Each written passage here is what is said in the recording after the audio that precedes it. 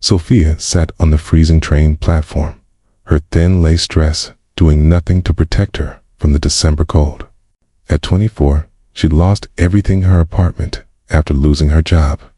Her savings depleted. Her family estranged after they'd disowned her for leaving an abusive relationship they'd encouraged. She'd been homeless for 6 weeks, and tonight, with temperatures dropping dangerously low, she wasn't sure she'd survive until morning. She was trying to stay awake. Falling asleep in this cold could be fatal when she heard small voices. "Daddy, look, that lady doesn't have a coat." Sophia opened her eyes to see 2 little girls, maybe 5 years old, identical twins wearing matching pink winter coats with fur-lined hoods. They stood hand in hand, staring at her with concerned expressions. A man's voice called out, "Kia, Maya, don't wander off." He appeared, tall and wearing a dark winter coat, clearly their father. When he saw Sophia, his expression shifted from annoyance to concern. "I'm sorry," Sophia said quickly. "I'm not bothering anyone." "I'll move your barefoot," one of the twins said, pointing at Sophia's feet. Her shoes had fallen apart 2 days ago, and she had nothing else. "And your dress is all torn," the other twin added. Their father knelt down, his face serious. "Miss, are you okay? Are you hurt?" "I'm fine. Please, just leave me alone." Sophia hugged herself tighter, shivering. The twins looked at each other, then back at Sophia. Then, in perfect unison, they said something that made Sophia's heart stop.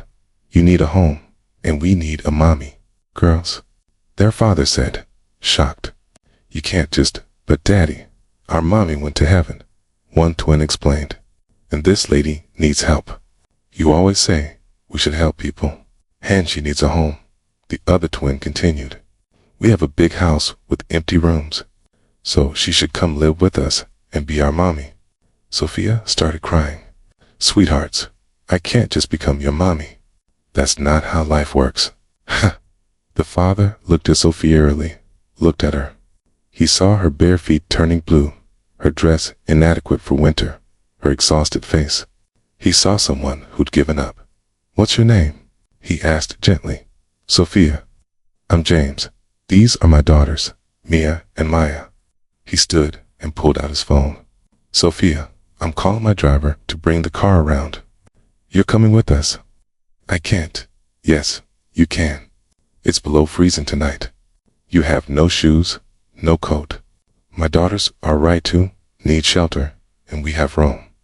He was already making the call. "We can sort out the details later. Right now, we're getting you somewhere warm." Sophia was too cold and exhausted to argue. James's house was enormous, a mansion in an affluent suburb. He led Sophia to a guest room with an attached bathroom. "There are clothes in the closet. They were my wife's. She died 2 years ago, and I haven't been able to give them away. Use whatever you need. There's a shower, towels, everything. Take your time." After the longest, hottest shower of her life, Sophia found pajamas and a robe that fit. When she emerged, she found James had left warm socks, slippers, and a note. "Join us downstairs when you're ready." No pressure. Downstairs, she found James and the twins in a large kitchen. The girls were having hot chocolate and cookies. "You look warmer," Mia said happily. "Sit, please." James gestured to a chair. "I made soup, and we need to talk." Over soup and bread, Sophia told her story, the abusive boyfriend her family had loved, the escape they'd seen as betrayal, the job loss, the downward spiral into homelessness. James listened without judgment, and the twins sat quietly, holding hands. "Where were you planning to go tonight?" James asked. "I don't know. The shelters are all full. I was just trying to stay awake on the platform until morning." "You would have frozen to death," James said bluntly. "Sophia, I have a proposal. Stay here, use the guest room. Take time to recover and figure out next steps. No rent, no strings attached. Just a safe place while you get back on your feet." "Why would you do that for a stranger?" James looked at his daughters. "Because Mia and Maya are right about one thing. I do teach them to help people. And I'd be a hypocrite if I refused to help someone in desperate need when I have the resources to do so.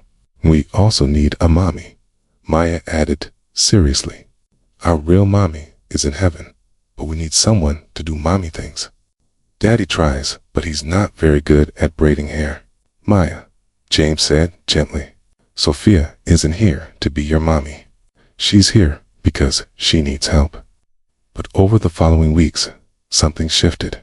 Sophia helped around the house cooking meals, organizing, bringing order to the chaos of single father with twins life. The girls attached to her immediately, teaching her their favorite games, showing her their toys, asking her to read bedtime stories. You don't have to do all this, James told her one evening. You're a guest, not hired help. I need to contribute. You're giving me so much at home, food, warmth.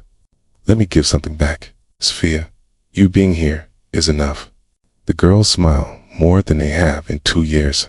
They actually want to get ready for school in the morning because you're here to help them. You're helping me be a better father just by being present. As weeks turned to months, James helped Sophia rebuild. He connected her with a therapist to process her trauma. He helped her get a new ID and phone. He introduced her to contacts in his network, helping her find a job in event planning work she'd done before and loved. You don't have to leave, James said when Sophia mentioned looking for her own apartment. The girls would be devastated. And honestly, so would I, James. I can't live here forever.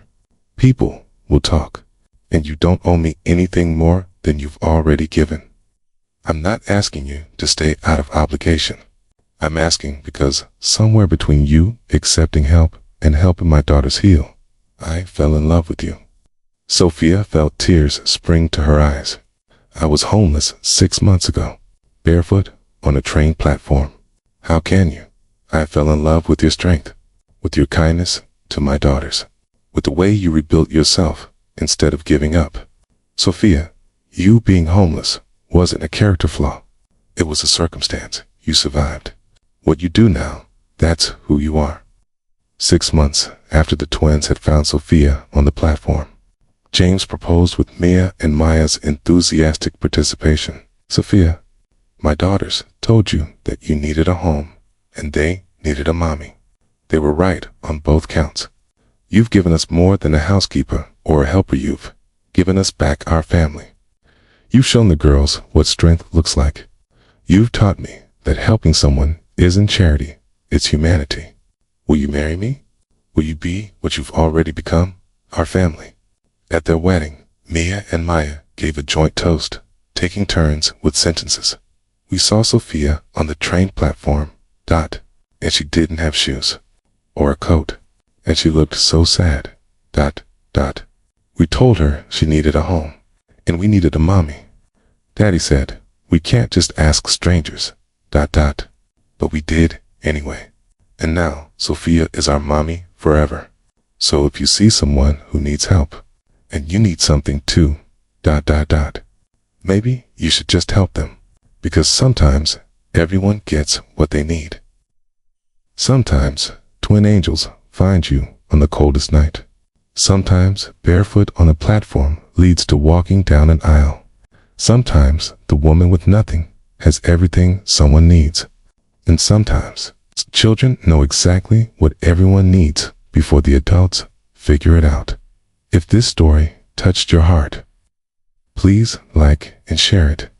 Subscribe for more stories about compassion, second chances, and families formed through kindness.